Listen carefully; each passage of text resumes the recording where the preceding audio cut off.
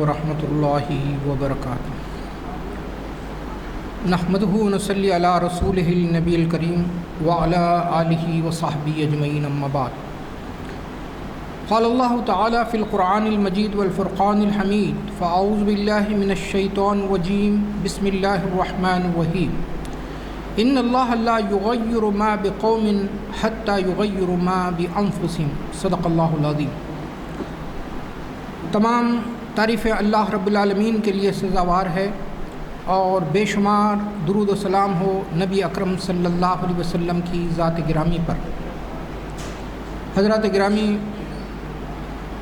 اعلان کے مطابق اور اشتہار کے مطابق تو آج کا عنوان دراصل شہادت حسین کے حوالے سے تھا۔ اصل میں یہ عنوان جو ہے گزشتہ سے پیوستہ کا عنوان تھا، کیونکہ بارش ہونے کی وجہ سے اس وقت میں نہیں آ سکا یا اجتماع ملتوی ہوا، تو پھر یہ کہا گیا کہ بھائی آج کے دن اسی ٹاپک کو جو ہے کنٹینیو کر سکتے ہیں۔ لیکن پھر میں نے محسوس کیا کہ آج 9 اگست آ رہی ہے اور 15 اگست کو پورے ہندوستان کے اندر جھنڈے چڑھتے ہیں اور ہندوستان کی آزادی کے متعلق باتیں ہوتی ہیں۔ اب ہم گزشتہ دیکھ رہے ہیں، بالخصوص 2014 سے مسلمانوں کو ٹوٹلی یہاں پر بالکل مارجنلائز کیا جا رہا ہے، اور یہ کہا جا رہا ہے اور عملی طور کے اوپر بھی ہمارے ساتھ جو رویہ ہے وہ یہ ہے کہ مسلمان تو باہر سے آئے ہوئے لوگ ہیں، اور ان کو جو ہے 4th کلاس سٹیزن بنا دیا جائے، ان کے سارے حقوق رفتہ رفتہ چھین لیے جائیں۔ چنانچہ جو مداخلت ہو رہی ہے اور جو زندگی گزارنے کے لیے بھی جو بنیادی چیزیں تھیں وہ بھی جس ظلم اور زیادتی کے ساتھ چھینی جا رہی ہیں، ہر روز جو ہے ہم اخبارات کے اندر بالخصوص یو پی کی خبریں پڑھتے رہتے ہیں۔ بہرحال میں نے یہ مناسب سمجھا کہ آج آپ کے سامنے تحریک آزاد ہند میں مسلمانوں کے حصے کے متعلق کچھ عرض کیا جائے۔ ایک براڈر کانسیپٹ کے طور کے اوپر یہ سمجھ لیجئے آپ کہ ہندوستان کے اندر مسلمانوں کی آمد 12ویں صدی عیسوی کے بالکل آخری زمانے میں ہوئی، اور اس طریقے سے ابتدا میں متعدد حکومتیں مسلمانوں کی قائم ہوتی رہیں، جیسا کہ قطب الدین ایبک کے بعد سے جو سلسلہ چلا، خاندان سلاطین کا دور رہا، خاندان غلامان کا دور رہا، سید ڈائنسٹی رہی، مغل سلطنت رہی، پھر مغل سلطنت کے ٹوٹنے سے پہلے یہاں پر ہمارے اطراف و اکناف بہت ساری مسلم ریاستیں قائم ہوئی۔ آپ جانتے ہیں کہ علی عادل شاہی اور بریش شاہی، نظام شاہی، قطب شاہی، اور پھر حیدرآباد کے اندر خود جو ہے نظام اسٹیٹ جو ہے 1948 تک چلی۔ تو ایک رف آئیڈیا کے لحاظ سے ہندوستان کے اندر گویا کہ 800-900 سال مسلمان حکمران رہے۔ اب یہاں پر جو انگریز یہاں حکمرانی انہوں نے کی وہ تقریباً 200 سال کے عرصے کے اوپر چھائی ہوئی ہے۔ انگریز یہاں پر گویا یوں سمجھیے آپ کہ 18ویں صدی کی ابتدا سے ان کی آمد کا سلسلہ شروع ہوا۔ ابتدا میں یہاں پر پرتگیز آئے، پھر ڈچ آئے، انگریز آئے، اور پھر اس کے بعد فرانسیسی آئے، لیکن انگریزوں نے جو ہے اپنا جھنڈا جو ہے لال قلعے کے اوپر لہرایا۔ تو اس کی وجہ یہ رہی کہ ہندوستان کے اندر ان کی آمد کی وجوہات یہ رہی کہ یہاں کے بادشاہوں راجاؤں کے درمیان اختلافات تھے۔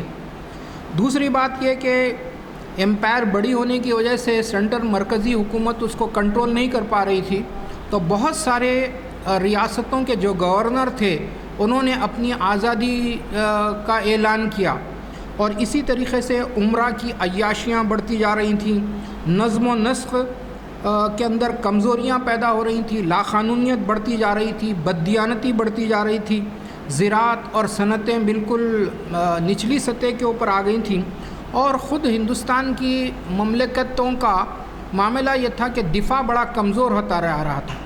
اور ایک خاص بات یہ کہ پوری یعنی کہ مملکتیں جو ہندوستان کے اندر تھی، کسی نے بھی جو ہے بحری بیڑا یا سمندری لڑائی کے متعلق کبھی سوچا نہیں، اور نہ اس کے لیے کوئی ٹریننگ وغیرہ کی۔ تو یہ ساری کمزوریاں تھیں، جس کو باہر کی اقوام دیکھتی رہیں، اور وہاں پر یورپ کے اندر 16ویں صدی کے بعد جو بے انتہا تبدیلیاں واقع ہوئیں، اور جب انہوں نے گرپ اپنی بنا لی تو آس پاس کے علاقوں کے اندر وہ جو ہے بھوکے کتوں کی طریقے سے سونگتے رہے، اور جہاں پر بھی کمزور اقوام اور کمزور ممالک تھے ان کے اوپر چھاپا مار مار کے جو ہے ان کے اوپر قبضہ کرنا شروع کیے۔ تو اسی لحاظ سے ہندوستان کے اندر بھی ان کی آمد کا سلسلہ شروع ہوا۔ ایک بات مشہور ہے اور کتابوں کے اندر بھی لکھی ہوئی ہے کہ مغربی اقوام کس طریقے سے آتے تھے۔ پہلے جو ہے بڑی ہی یعنی کہ انکساری کے ساتھ اجازت لیتے تھے کہ بھئی ہم کو یہاں پر تجارت کرنے کی اجازت دے دیجیے۔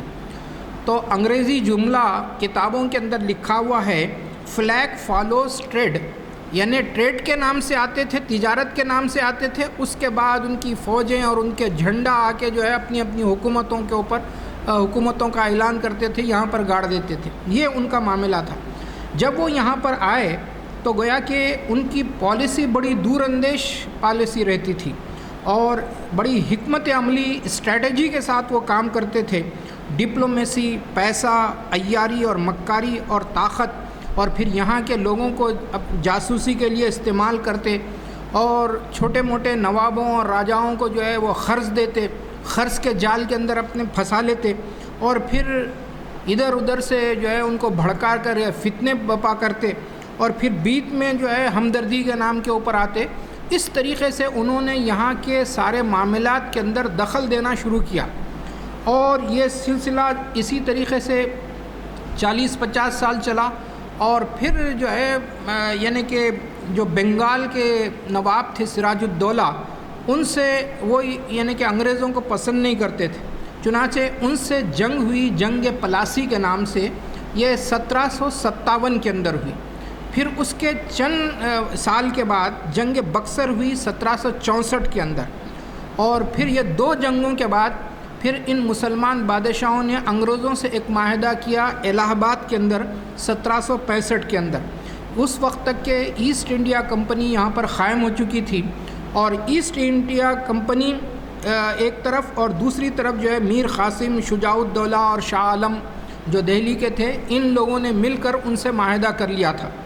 تو اب ان کو خاص طور کے اوپر رعایتیں، پریویلیجز انگریزوں کو دی جانے لگی، اور وہ بہت سارا علاقہ کمپنی کے تحت دے دیا گیا، اور اس کے ساتھ جو ہے نظم و نسق اور یہاں کے معاملات کے اندر ان کو دخل دینے کا معاملہ شروع ہو گیا۔ اگرچہ کہ انہوں نے بعض اصلاحات وغیرہ بھی کی ہندوستان کے اندر، لیکن وہ ایک مکاری کے طور کے اوپر آگے بڑھتے جا رہے تھے۔ اب یہاں سے یعنی کہ کچھ اور آگے بڑھیے کہ جنگ آزادی، جس کو غدر کے نام سے عموماً یاد کرتے ہیں، لیکن یہ غدر کا لفظ جو ہے انگریزوں کا دیا ہوا ہے کہ ہم نے غداری کر دی ان کے خلاف۔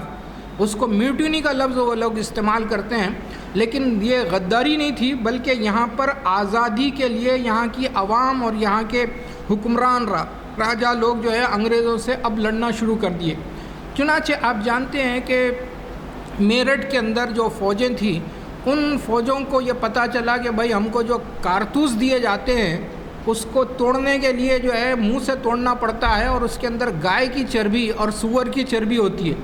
جب ان کو یہ پتہ چلا تو انہوں نے جو ہے 5 انگریز فوجیوں کو مار ڈالا، اور پھر وہ بلوا ہوا، وہ بلوا جو ہے ہندوستان کے پورے شمالی علاقے کے اندر پھیل گیا، یہاں تک کہ آپ دیکھیے کہ دہلی، کانپور، وسط ہند تک کا وہ پوری ہلچل مچ گئی، اور پھر وہ پورا ماب وہاں سے میرٹھ سے نکل کر جو ہے لال قلعہ دہلی کو پہنچ گیا، اور عالی جناب شاہ ظفر کو جو ہے انہوں نے کہا کہ اب آپ اس بغاوت کی جو ہے علمبرداری آپ کیجیے۔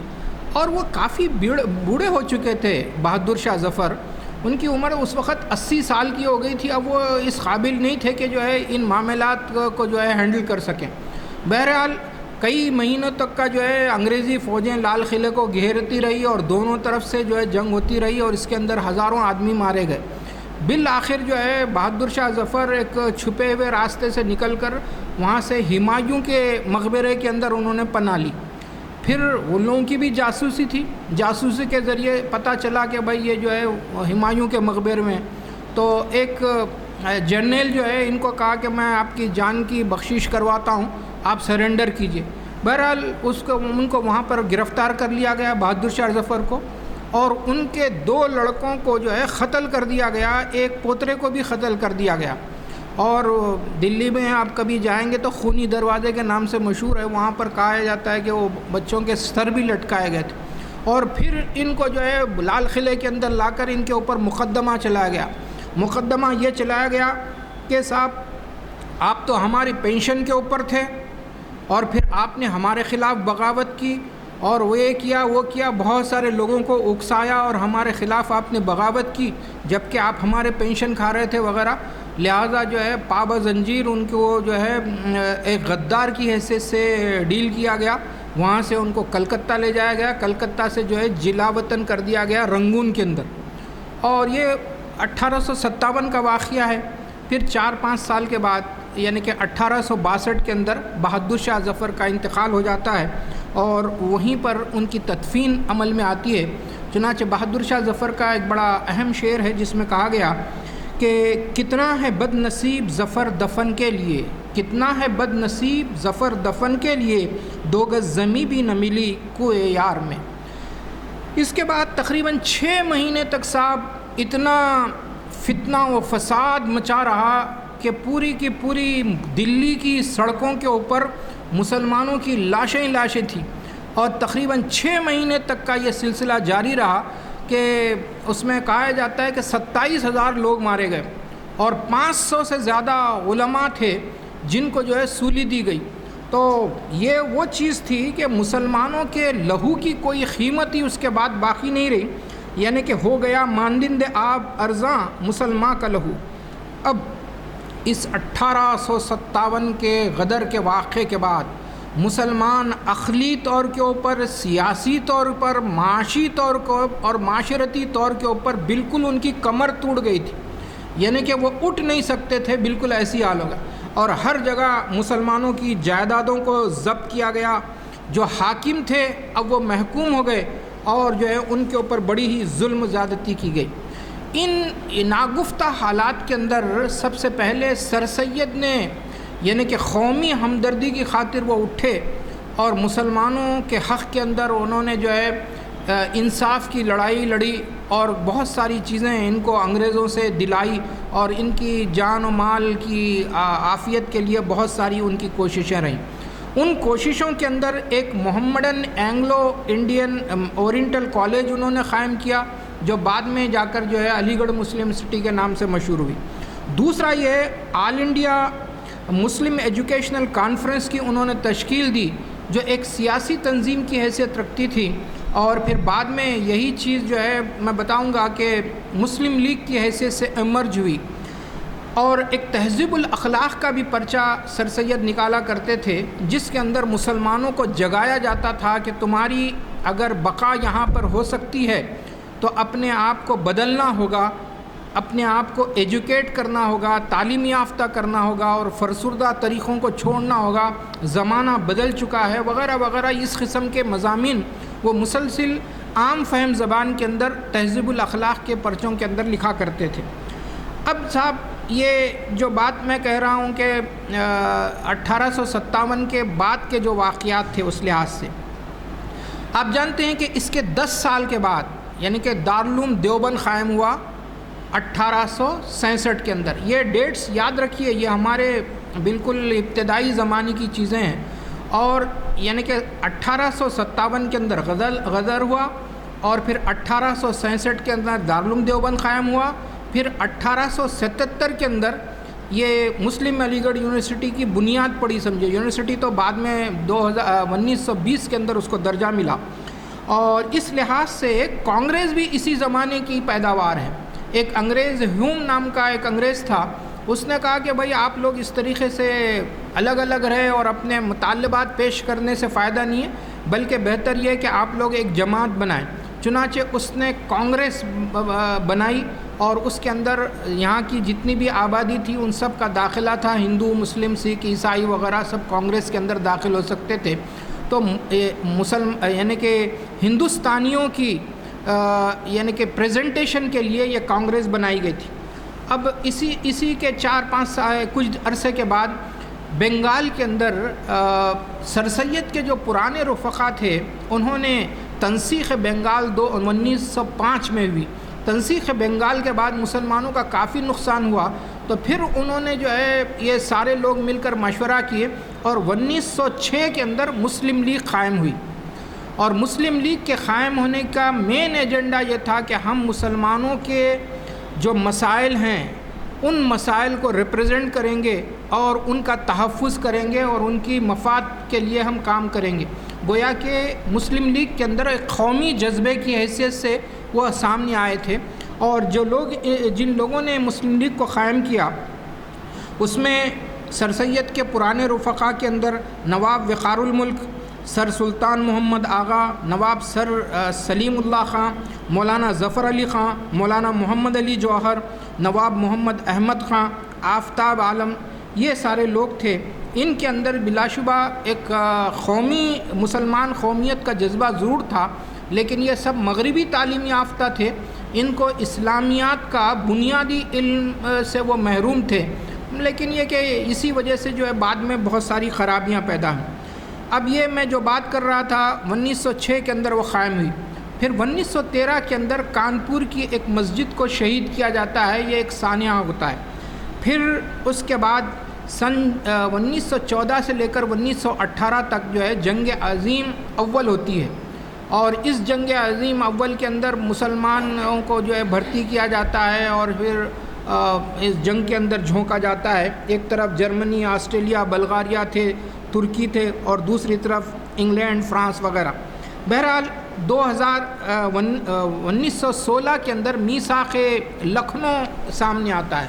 اس میثاق لکھنؤ کے اندر جناح جو ہے مسلمانوں کا ریپریزنٹیشن پیش کرتے ہیں اور 14 نکات پیش کرتے ہیں کہ مسلمانوں کو ان مقامات کے اوپر آپ ہم کو مارجن دیں اور ہماری سے رکھیں. راولٹ ایکٹ بھی پاس ہوتا ہے 1919 کے اندر. یہ یعنی کہ ستیہ گرہ اس وقت شروع ہوئی تھی، تو ستیہ گرہ کے خلاف حکومت کو زیادہ اختیارات دیے گئے تھے. یہ ساری چیزیں ہوئیں. اب اس کے بعد کس طریقے سے جنگ آزادی عروج پہ آتی ہے. آپ نے جلیان والا باغ کا نام تو بارہا سنا ہوگا. تو جلیان والا باغ امرتسر کے اندر تھا. اس کے اندر ایک بہت بڑا اجتماع ہو رہا تھا ہندوستانیوں کا کہ یہ انگریز کو ہم یہاں سے نکال پھینکنا چاہیے. تو اس وقت جو ہے جنرل ڈائر کے حکم سے گولیاں چلائی گئیں. تو ان گولیوں کی وجہ سے 379 لوگ جو ہے مارے گئے، اور اسی طریقے سے 1137 لوگ جو ہے زخمی ہوئے. اب یہ ایسا حادثہ اور سانحہ تھا کہ اس نے پورے ہندوستان کے اندر انگریزوں کے خلاف ایک آگ لگا دی اور پوری ہر ایک کے دل کے اندر آزادی کی جوت جاگ گئی. اب اس کے بعد جو ہے یعنی کہ 20 اور یہ 19 کا واقعہ ہے، 20 اور 21 کے اندر یعنی کہ تحریک خلافت شروع ہوتی ہے جو ترکی کی خلافت تھی. ترکی کی خلافت کا ہم ساتھ دینے کے لیے ہندوستانی اٹھے، کیونکہ بہت سارے مقامات کے اوپر یہاں پر یعنی کہ خلیفہ کا نام بھی لیا جاتا تھا ترکی کے. تو بہرحال یہ خلافت موومنٹ شروع ہوئی، اور خلافت موومنٹ ظاہر ہے کہ مسلمانوں سے متعلق تھی، اور اس کا مقصد یہ تھا کہ ایک کی تو ہے کہ خلیفہ عبدالحمید کو بھی برقرار رکھا جائے اور ہمارے مقامات مقدسہ کی بھی حفاظت کی جائے، جس کے اندر بیت المقدس بھی شامل تھا، جو آج گزشتہ یعنی کہ آپ 1917 بول سکتے ہیں یا 1924 سے جو ہے کشمکش کا شکار ہے، جو اسرائیلیوں کے نرغے میں ہے، اور گزشتہ 2 سال سے جو کچھ ہو رہا ہے اس کی ایک ایک حرکت سے آپ واقف ہیں. اسی کے ساتھ ساتھ جو ہے گاندھی جی نے جو ہے تحریک ترک موالات بھی شروع کی. اب یہ دونوں تحریکیں ایک ساتھ چل رہی تھی، تو یہ وہ زمانہ تھا جب کہ ہندو مسلم اتحاد اپنے عروج کے اوپر تھا. لیکن یہ کہ جب خلافت عثمانیہ 23 یا 24 کے اندر ختم ہو گئی، تو اور پھر چورا چوری کا واقعہ ہوا جس کے اندر عوام نے جو ہے ایک پولیس اسٹیشن کو آگ لگا دی، اور جس میں 22 لوگ جل کے مر گئے. تو اس کے بعد جو ہے گاندھی جی نے جو ہے اس کو کالڈ آف کر دیا، اس کو ختم کر دیا، اس تحریک کو، اور وہ چیز ختم ہو گئی. یہی وہ زمانہ تھا. دیکھیے یہ 20-22 کی بات کر رہا ہوں میں، 100 سال پہلے کی بات.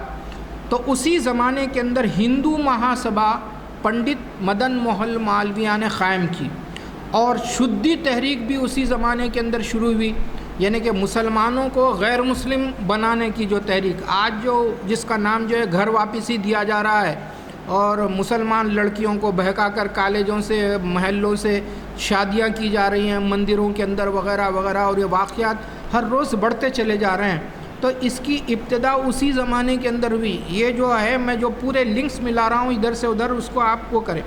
اور اسی زمانے کے اندر مسلمانوں کے خلاف، ہمارے نبی کے خلاف بڑا اشتعال انگیز لٹریچر لکھا جانے لگا. رنگیلا رسول اسی زمانے میں لکھی گئی، وشتر جیون اسی زمانے کے اندر لکھی گئی، ورتمان نام کی ایک کتاب لکھی گئی. یہ ساری کتابیں نبی صلی اللہ علیہ وسلم اور اسلام کے اوپر اتہامات اور الزامات کے ساتھ بری طریقے سے پیش کی گئیں. ظاہر ہے کہ جس کے ذریعے سے مسلمانوں کے جذبات بھڑکنا ہوتا ہے. جب اس طریقے کی چیزیں ہوتی ہیں تو پھر ہندو مسلم کے اندر دراڑ پڑ جاتی ہے، عصبیتیں جاگتی ہیں اور عداوتیں پیدا ہوتی ہیں، اور عداوتوں کا نتیجہ جو ہے سوائے فرقہ وارانہ فسادات کے کچھ نہیں ہوتا. تو یہ ساری چیزیں پھر اس زمانے کے اندر شروع ہو گئی. 1929 کے اندر نہرو رپورٹ پیش کی گئی، اور نہرو رپورٹ کے اندر سب سے پہلے پورن سوراج کی بات کہی گئی کہ یعنی کہ ہم کو مکمل آزادی چاہیے، اور یہ نعرہ دینے والے مسلمان ہی تھے. تو بہرحال اسی زمانے کے اندر پھر جنہوں نے بھی اپنی نکات پیش کیے گئے. اب اور ایک بات یاد رکھیے کہ 1930 کے اندر الہ آباد کے اندر مسلم لیگ کا جلسہ ہوا. 1930 میں الہ آباد کے اندر مسلم لیگ کا جلسہ ہوا، اور اس جلسے کی صدارت علامہ ڈاکٹر اقبال کر رہے تھے. انہوں نے اس اپنے خطبہ صدارت کے اندر یہ کہا کہ یہ ہندو مسلمان دراصل دو الگ الگ قومیں ہیں. ہمارے عقائد، ہماری روایات، ہماری ثقافت، ہمارا چال و چلن، ہمارا کھانا پینا، ہمارا ہمارے رہن سہن، ہمارے کپڑے، ہمارے لباس، ہر چیز کے اندر اور ہم بالکل جدا ہیں. ہم الگ قوم ہیں، وہ الگ قوم ہیں. لہٰذا یہ کشمکش کا واحد حل یہی ہو سکتا ہے کہ شمال مغربی حصہ جس میں مسلمانوں کی تعداد زیادہ ہے، اور اسی طریقے سے جنوب مشرقی حصہ جس کے اندر مسلمانوں کی تعداد زیادہ ہے، وہاں پر یعنی کہ مسلمانوں کی آزاد ریاستیں قائم کرنی چاہیے. بلکہ یہ ایک انہوں نے سلوگن دیا، یہ ایک فکر لوگوں کے سامنے دی. لیکن اس وقت تک کہ ابھی پاکستان کا نام وجود میں نہیں آیا تھا، لیکن انہوں نے یہ ایک فکر لوگوں کے سامنے دی. تو بہرحال اس طریقے سے 1930 سے لے کر 1932 تک کا 3 گول میز کانفرنسز ہوئی، لیکن کوئی بھی اس کا نتیجہ نہیں نکلا. اب اور ایک یعنی کہ یہ بالکل ایک کے بعد دیگر میں آپ کے سامنے چیزیں رکھ رہا ہوں. 1935 کے اندر ایک گورنمنٹ آف انڈیا ایکٹ پاس ہوتا ہے. اب یہ یہاں سے غور سے سنیے، یہاں سے بالکل چینجز ہونا شروع ہو جاتے ہیں. وہ گورنمنٹ آف انڈیا ایکٹ ایسا ہوتا ہے کہ جس کے اندر صوبوں کو اختیارات دیے جاتے ہیں. پروونشل گورنمنٹ کو جو ہے ان کو جو ہے اٹانومی دی جاتی ہے. تو اس ایکٹ کے تحت 1937 کے اندر الیکشنز ہوتے ہیں، اور الیکشنز کے نتیجے میں تقریباً 6 صوبوں کے اندر کانگریس کو جیت ملتی ہے، اور جو ہے وہاں پر جو ہے مسلم لیگ بہت کم ووٹ حاصل کرتے ہیں. تو جن صوبوں کے اندر کانگریس کو اکثریت ملتی ہے، تو ان اکثریت والے صوبوں کے اندر اب کانگریس نے جو ہے اپنے اندرونی کلر بتانے شروع کر دیے. کیونکہ یہ وہ زمانہ تھا جب کہ کانگریس کے اوپر ہندو مہاسبھا غالب آ گئی تھی. جیسے کہ آج جو یعنی کہ RSS کی فکر بی جے پی کے اوپر ہے، تو اس زمانے کے اندر یہ ہندو مہاسبھا کا اثر جو ہے کانگریس کے اوپر بہت زیادہ تھا. اس کی وجہ سے جن ریاستوں کے اندر ان کی یعنی کہ گورنمنٹ بنی تھی، ان ریاستوں کے اندر انہوں نے کہا کہ بھئی اب آپ کو وندے ماترم پڑھنا ہے. پھر یہ کہا کہ بھئی یہ جو جھنڈا ہے ہمارا، یہ جو ہے قومی جھنڈا رہے گا. ہندی کو کوئی لفٹ نہیں کرا رہے تھے. مسلمانوں کے ساتھ اعلان ناانصافی تھی، یعنی کہ کہیں نوکریاں نہیں، کہیں ان کو گنجائشیں نہیں. یہ ساری چیزیں بڑھتی چلی جا رہی تھیں. تو مسلمانوں نے محسوس کیا کہ اگر اسی طریقے سے آزادی کے بعد اسی یعنی کہ سیاسی پارٹی کی اگر پوری حکومت ہندوستان کے اوپر قائم ہو جائے گی تو پھر ہمارے لیے تو بڑی مشکل ہو جائے گی. تو پھر جو ہے اب مسلم لیگ اپنی آنکھیں کھولتی ہے. یہ وہ زمانہ تھا جب کہ یعنی کہ 31-32 کے بعد جناح جو ہے یہاں کے حالات سے بیزار ہو کے لندن جا کے جو ہے وہ پریکٹس کرنا شروع کر دیے تھے، لیکن بعد میں جو ہے یہاں کے مسلمانان ہند نے ان کو بلایا ریکویسٹ کر کے، بھائی آپ آئیے اور آپ آ کے یہاں کی کمان سنبھالیے۔ پھر جو ہے آ جاتے ہیں وہ تقریباً 37-38 کے اندر جنا، اور آنے کے بعد پھر جو ہے مسلم لیگ کے اندر شامل ہو کر مسلمانوں کے حق کے اندر وہ وکالت کرنا شروع کرتے ہیں۔ اب یہ ڈیٹ بھی یاد رکھیے کہ 1940 کے اندر قرارداد پاکستان پاس ہوتی ہے، 1940 میں قرارداد پاکستان پاس ہوتی ہے۔ تو اس کے بعد یعنی کہ اب آپ یہ دیکھیے کہ 1924 سے لے کر 1940 تک کا مسلمانوں کی کوئی لیڈرشپ نہیں تھی، یعنی کہ خلافت موومنٹ جہاں پر ختم ہو گئی تو مسلمان شستہ و پامال ہو گئے، مختلف چھوٹی چھوٹی پارٹیاں تھیں، وہ تھی، الگ الگ قسم کی بولیاں بول رہے تھے، سب ہو رہے تھے، لیکن کوئی ایک ایجنڈے کے اوپر کام کرنے والے قوت سے لوگ موجود نہیں تھے۔ تو بہرحال جب سن 40 کے اندر یعنی کہ یہ قرارداد پاکستان پاس ہوئی تو اب مسلمانوں کو یکسوئی ہوئی اور اس کے اوپر لگے رہے۔ اب آپ دیکھیے کہ سن 42 کے اندر جو ہے ایک موومنٹ شروع ہوتی ہے، کوئٹ انڈیا موومنٹ، اور یہ کوئٹ انڈیا موومنٹ کا بھی نعرہ دینے والے مسلمان ہی تھے۔ اس کا صاف مطلب تھا کہ ہندوستان چھوڑو، کوئٹ انڈیا، ہندوستان کو چھوڑو بلکہ برطانوی اقوام کو کہا جا رہا تھا۔ تو بہرحال اس کے حوالے سے ایجیٹیشنز ہر جگہ شروع ہو گئے، اور اسی زمانے کے اندر دوسری جنگ عظیم بھی چل رہی تھی، 1939 سے لے کر 1945 تک کا یہ جنگ بھی چل رہی تھی، کیونکہ جنگوں کا اثر بھی جو ہے پولیٹیکل اور سماجی اور معاشی حالات کے اوپر پڑتا ہے۔ اور یہی وہ زمانہ تھا جب کہ سبھاش چندر بوس جو ہے یہ کہہ رہے تھے کہ بھائی یہ تم جس طریقے سے ڈیموکریٹک موومنٹ چلا رہے ہو عوام کو لے کر جمہوری طریقے سے، ایسا نہیں ہوتا، ان لوگوں کو تو جو ہے ملٹری سے ان کا مقابلہ کرنا ہے، بلکہ وہ جو ہے اپنی ایک ملٹری کی فورس تیار کرنا چاہتے تھے، اور اس کے حوالے سے انہوں نے رشیا کا بھی دورہ کیا تھا۔ بہرحال ان کی وہ بات چل نہیں سکی، اور کسی حادثے کے اندر غالباً ان کا یعنی کہ ان کی موت بھی واقع ہو گئی۔